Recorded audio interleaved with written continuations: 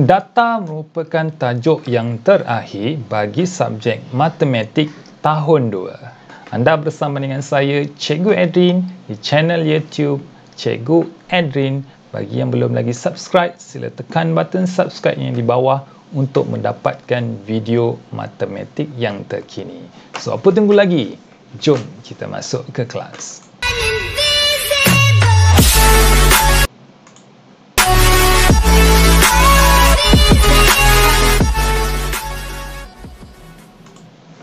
Assalamualaikum warahmatullahi wabarakatuh. So, terima kasih bersama pada hari ini untuk kelas seterusnya berkaitan dengan tajuk data.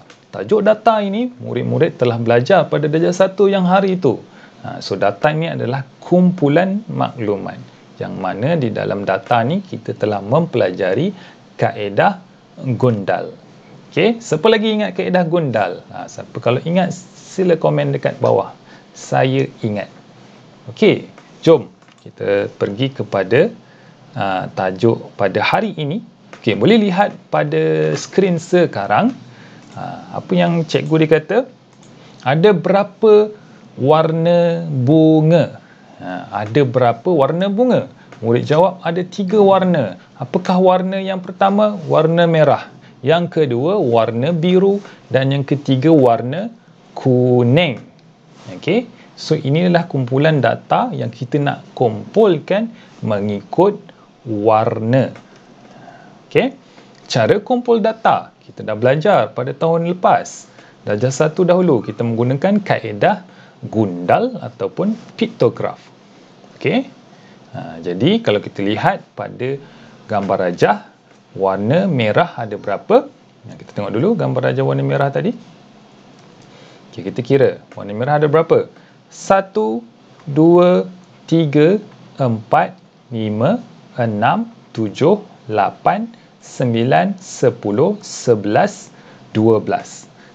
Untuk bunga warna merah ada 12 warna.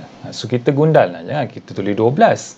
So kaedah gundal adalah mesti kita tulis 1, 2, 3, 4, 5. Ini maksudnya 5. So sini ada 5, 5, 2. Bila kita tambah jumlah dia adalah 12. Okey, ini adalah kotak untuk gundal, yang sini adalah kotak untuk bilangan. Okey, warna biru ada 7. So kita gundal 5 tambah 2, 5, 6, 7. Dan sama juga untuk warna kuning ada 9, so 5 dan 4. Okey, mana yang kata tak ingatlah kaedah gundal ni, dah lupalah cikgu dan sebagainya, boleh lihat pada video yang lepas.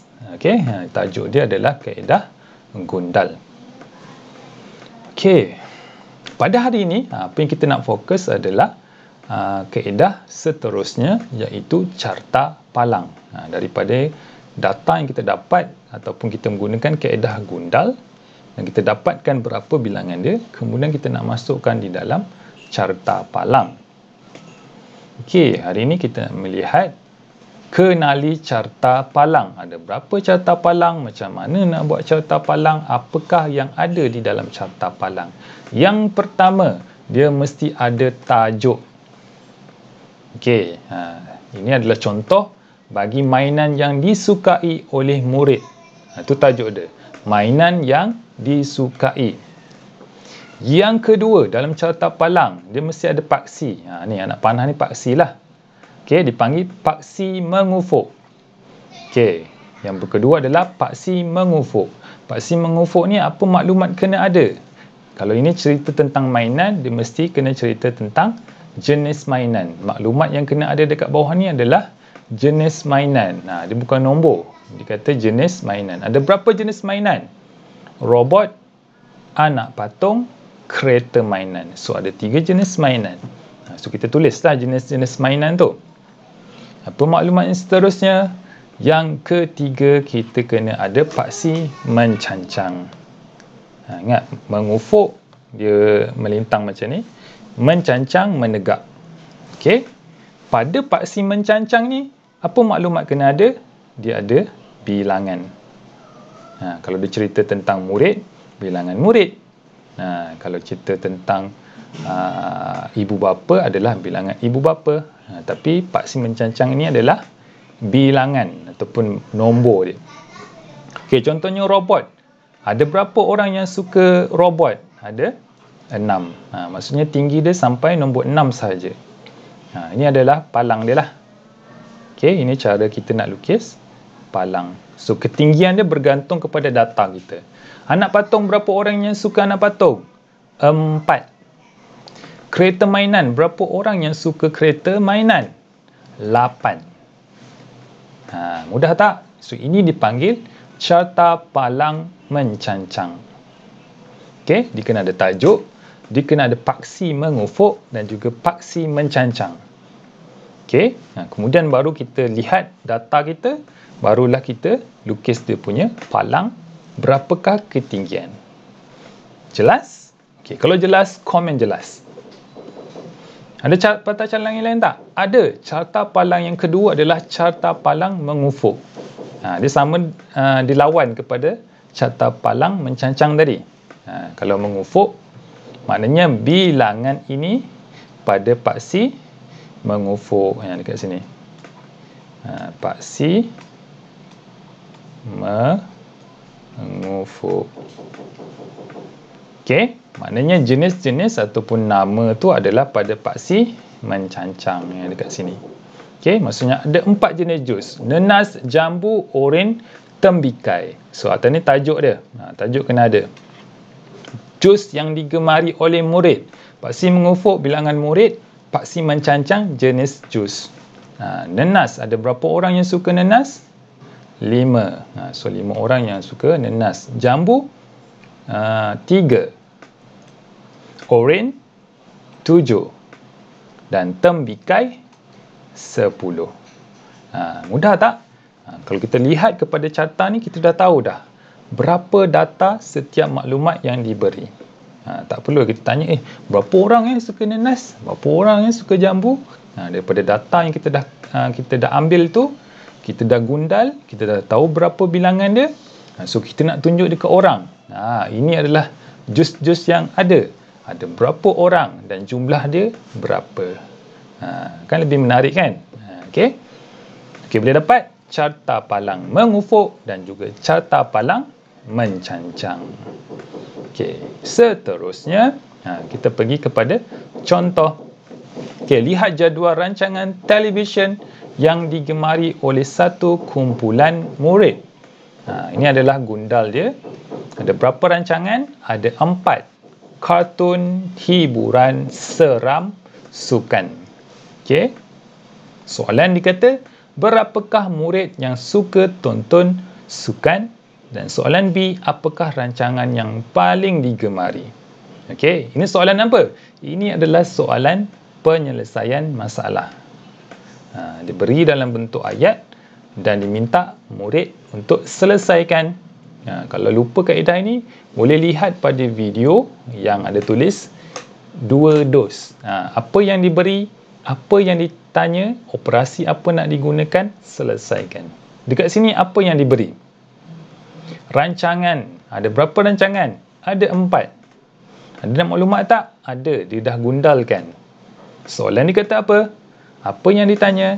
Berapakah murid yang suka tonton sukan? Okey. Tonton sukan dan juga rancangan yang paling digemari. Rancangan paling digemari. Okey, itu nak ditanya. Kita gariskan maklumat itu. Kita buat yang A dulu. Berapakah murid yang suka tonton sukan? Lihat balik pada jadual. Mana sukan? Ni sukan. Tapi tak ada bilangan lagi. Okey, berapa bilangan dia? Sini berapa? 5. Ini 2. 5 tambah 2, 7. Barulah kita jawab, berapakah bilangan murid yang suka tonton sukan? Ada 7 orang murid. Boleh dapat? Soalan B, apakah rancangan yang paling digemari? Okey. So, bila dikata paling digemari, kita kena kira semua. kita kena jumlahkan tanda gundal ni. Okey, kita kira kartun dulu.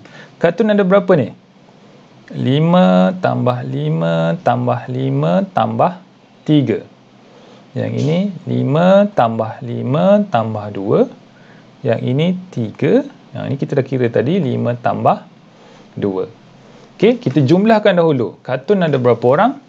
5, 5, 15 tambah 3, 18.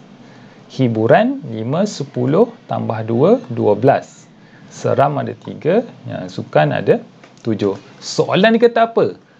Paling digemari. Apa maksud paling? Paling banyak lah. Okey, maknanya paling tinggi bilangan adalah jawapan dia. Apakah jawapan dia?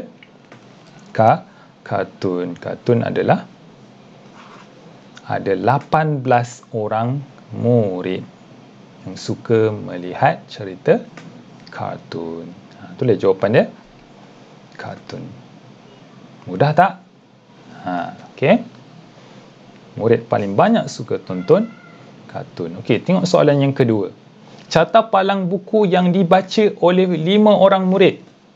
Okey, dia dah sebut dah. Carta palang buku yang dibaca. Ini tajuk dia.